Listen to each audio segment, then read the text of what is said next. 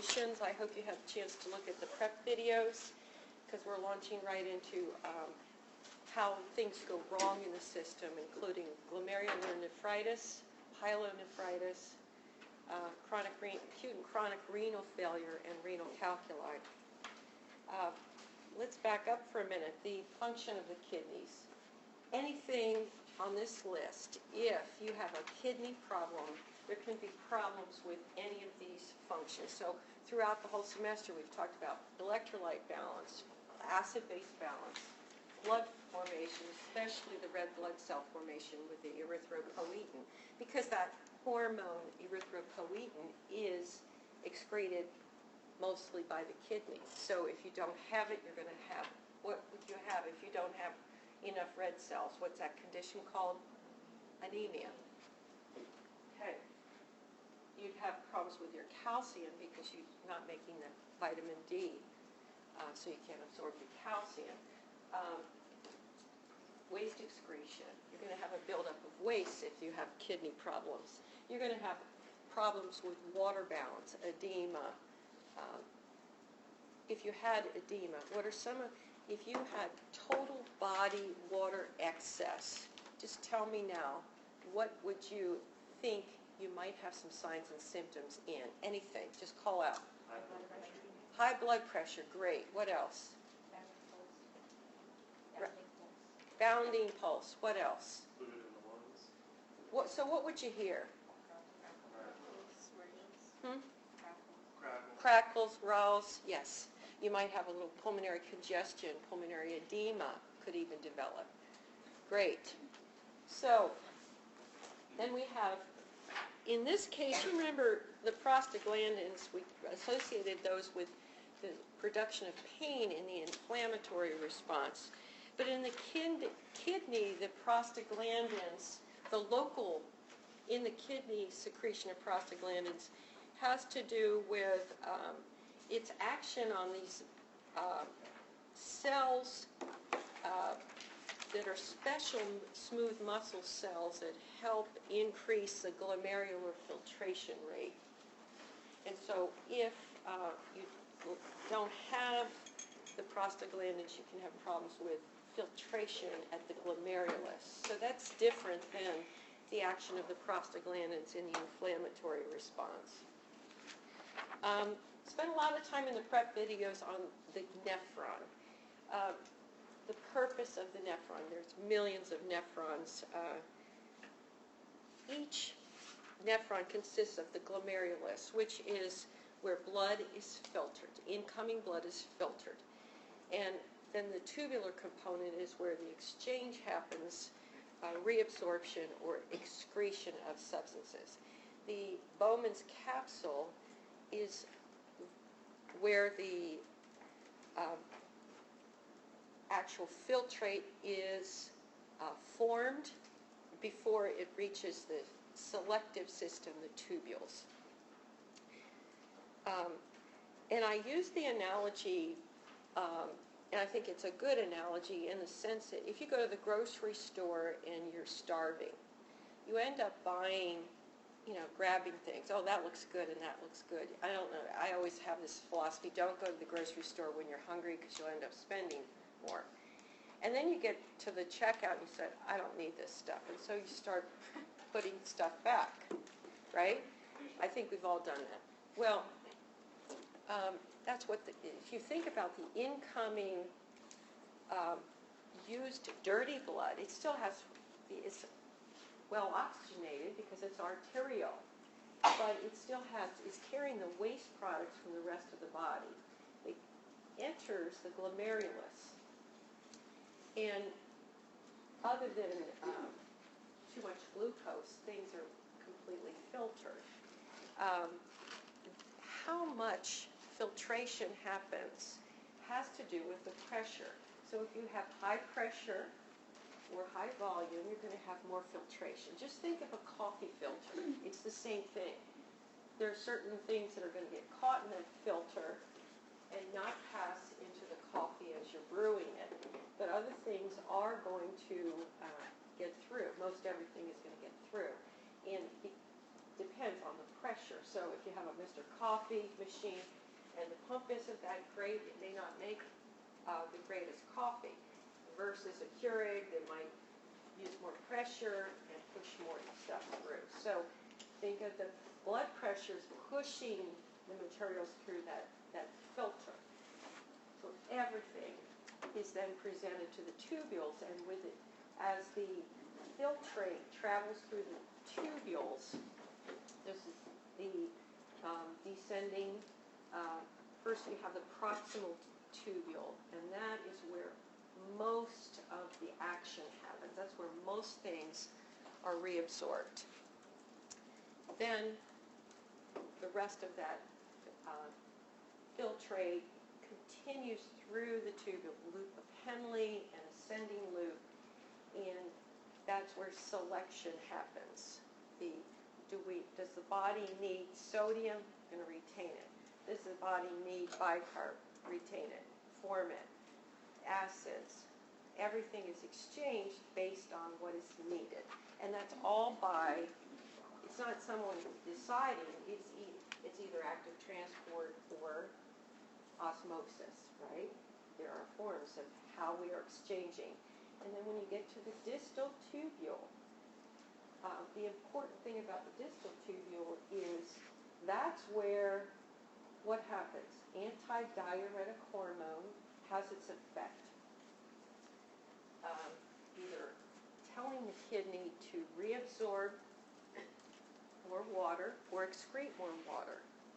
That's where the adrenal cortex hormone, aldosterone, tells the kidney, hey, retain sodium, and along with that, drag some water and get rid of potassium, or vice versa. Does that make sense? And then, what is that last hormone that's so important? Besides erythropoietin, in that distal renal tubule, you have renin, which renin, angiotensin, aldosterone system is all in interplay. The renin, you can think of, forms the angiotensin, which then causes the vasoconstriction. All right? So the kidneys, in some ways, it's beautiful. They can self-regulate.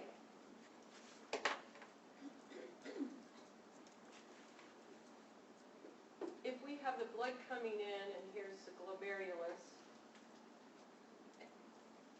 and blood going out. Now there's other blood coming in, excuse me, and if this is the Bowman's capsule, all right. A big concept you have to understand, and if you understand this, you'll understand the entire lecture, is that arterial blood's coming in. There's a lot of capillaries here where the filtrate is formed. And this is the, within this glomerulus, the urine is formed, or what we call filtrate. It's not urine yet. And then there's this efferent arteriole, so afferent and efferent. If I increase the pressure here, dilate this, or have higher blood pressure, there's going to be more filtration. Or if I constrict here, where blood is trying to leave, if I constrict this, I'm going to cause more pressure. So some of the drugs, some of the treatments we talk about are going to act on the efferent to cause more filtration. Some are going to act here to cause more filtration. Does that make sense? Either way, we're going to increase the pressure. Who has questions about that? All right. It's similar if you want to think about preload and afterload in the heart. It's similar to that. So we have, within this tubular system, beyond Bowman's capsule, we have the tubules that continue down. I haven't drawn, but it goes from the proximal tubule, where most everything is reabsorbed, the loop of Henle, and depending on, loop of Henle's are interesting. The longer the loops, the more ability to concentrate the urine shorter loops are not the ones that are concentrating urine so much, and it depends on their placement within the kidney. But I think the main principle is realizing that that distal tubule is very, the most active portion here where we see the ADH and aldosterone forming. I wish I had another color here. We also have another structure. Here's red. Close here. That's a blood vessel. Near the distal tubule, we have what we call the juxtaglomerular apparatus. And all that is, in simple terms, is it's a place in the tubule where the blood vessel comes very close to the tubule, and it detects the volume and pressure, and that's what affects the secretion of aldosterone and ADH. So this is a much better picture than my artwork. You see the glomerulus here is this bed of capillaries, the afferent and an efferent arteriole. And these arteriole, some of them are adjacent to the tubules where they're only 1 millimeter thick, 1 cell thick. They can selectively resorb substances. Now, all of these terminate in what we call a collecting duct, and you can almost think of it as a basin, and they all come together in the kidney as this collecting basin almost, where urine is collected, and then it passes through the kidney and is passed out through the ureter to the bladder. The proximal tubule we call convoluted because it's all windy and it has all the hundreds and hundreds of microvilli, this great absorption, and that's where proximally we do most of our reabsorption of the sodium, the chloride, the bicarb, some water, glucose, some of the amino acids. All right. Now, this is an important slide. You definitely will have test questions on this. What happens, the effect on the kidney? Here we go. The collecting ducts and the distal convoluted tubule become more permeable to water. So, in the presence of high ADH. We talked about ADH second week of school, I think. But now we're actually seeing where it's working in the body. It was some vague, it was out there and making you either hang on or excrete more urine. But we're actually seeing it at these collecting ducts, so more water is able to leave. With decreased levels, more water stays in and is reabsorbed. With aldosterone from the adrenal cortex, you have the tubules themselves increase the resorption of sodium. Along with that, water moves. Potassium leaves, though. And then decreased aldosterone, we have more absorption of sodium, and the potassium stays normal.